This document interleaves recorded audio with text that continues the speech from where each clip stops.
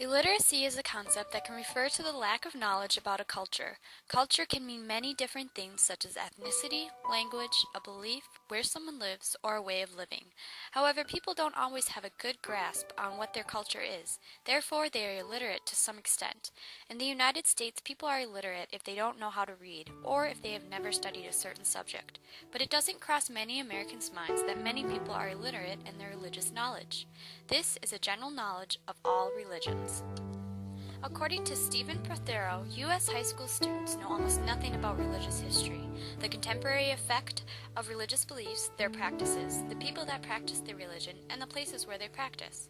Along with that, people use their lack of knowledge to make assumptions on their own about certain religions. There are shootings, wars, and riots due to certain religious views and the lack of knowledge towards someone that is different.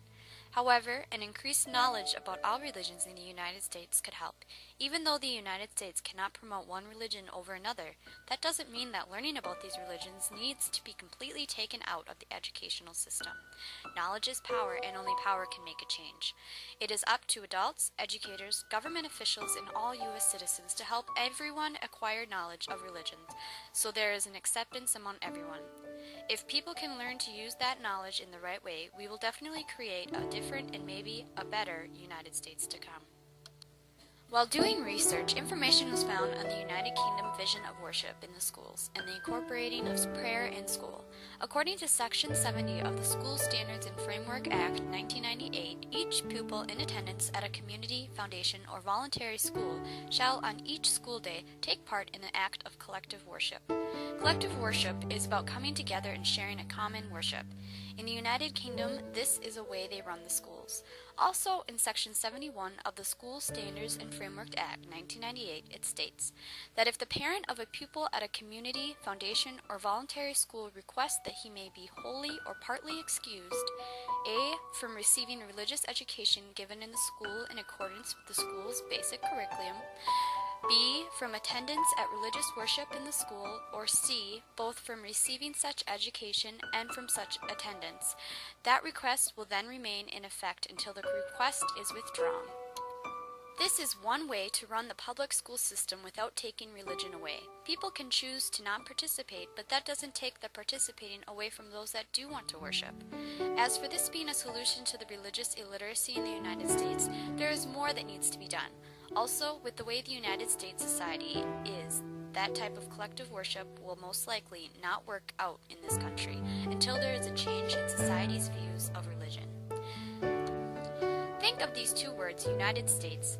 If we are supposed to be united, why are we so divided? A lack of knowledge can be one way to look at for the reason why. Religious illiteracy is not one of the main concerns in our nation, especially in light of the economic situation in the United States.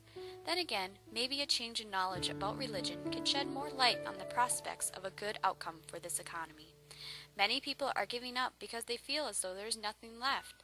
Well, if our education system were to give all students a chance to believe that there is something out there beyond our power, then maybe people will get back the hope that they have lost.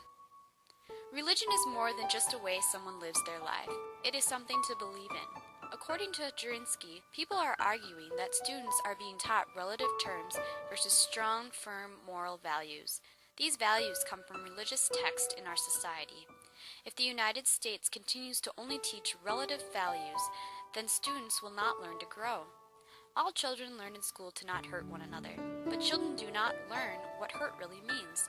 There are so many ways to hurt a person, physically, emotionally, destroy someone's self-esteem, or make people feel bad about being a certain race, gender, or belief. But when children learn not to hurt at all, they are not given the whole idea of the moral. Jurinsky also states that people argue that school systems are putting into place secular humanism versus a religious point of view. Critics say that may be one of America's problems. The school system is teaching the children and students to adapt to the world and what it is becoming. However, there are many people who don't believe in what the world is becoming because it goes against their values, beliefs, and religion. Students are being taught to just deal with the changing of the world's values and accept what society is becoming.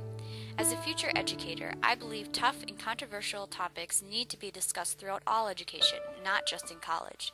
Everyone needs to truly have freedom of speech to speak what they believe, even in schools. That is one thing that our country doesn't completely have.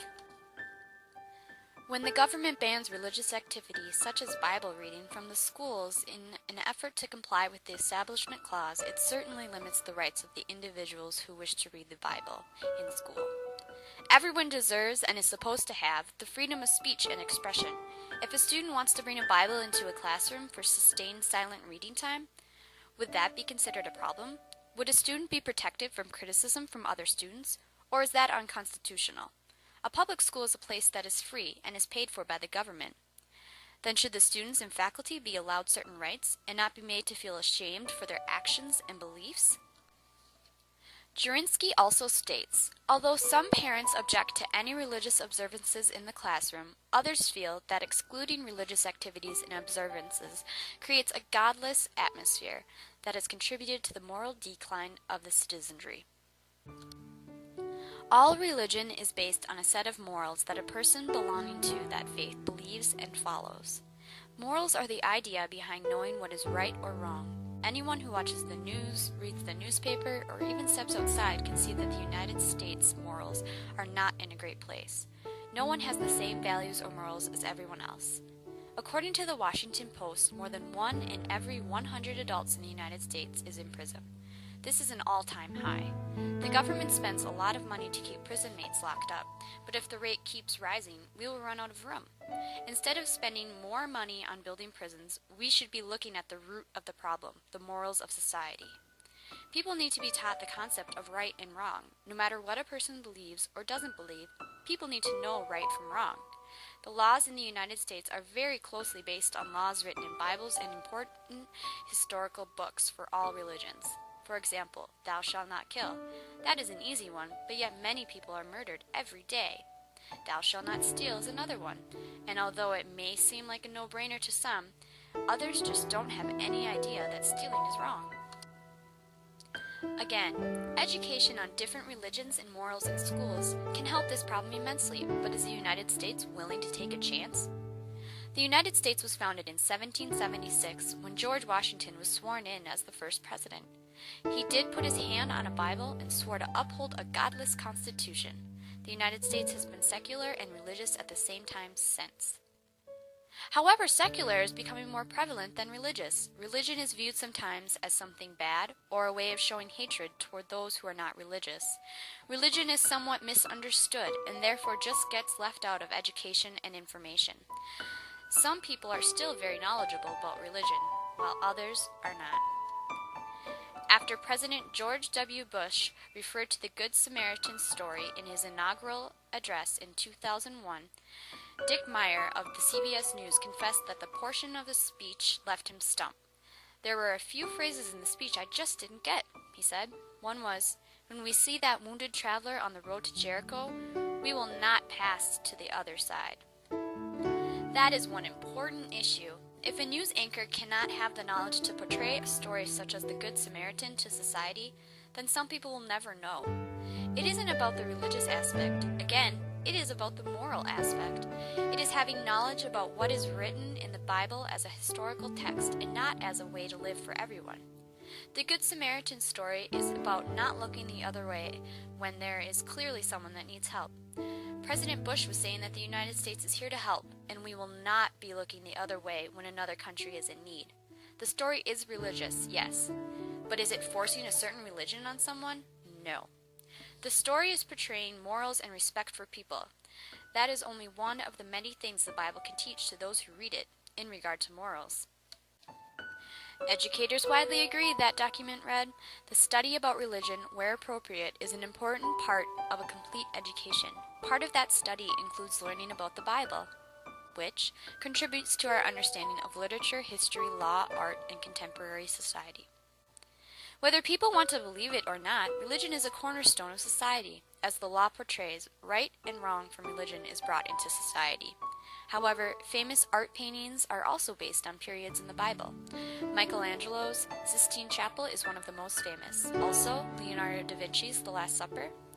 The stories these paintings are based on come from one book, the Bible. The artist then takes what they read and portray it into a painting.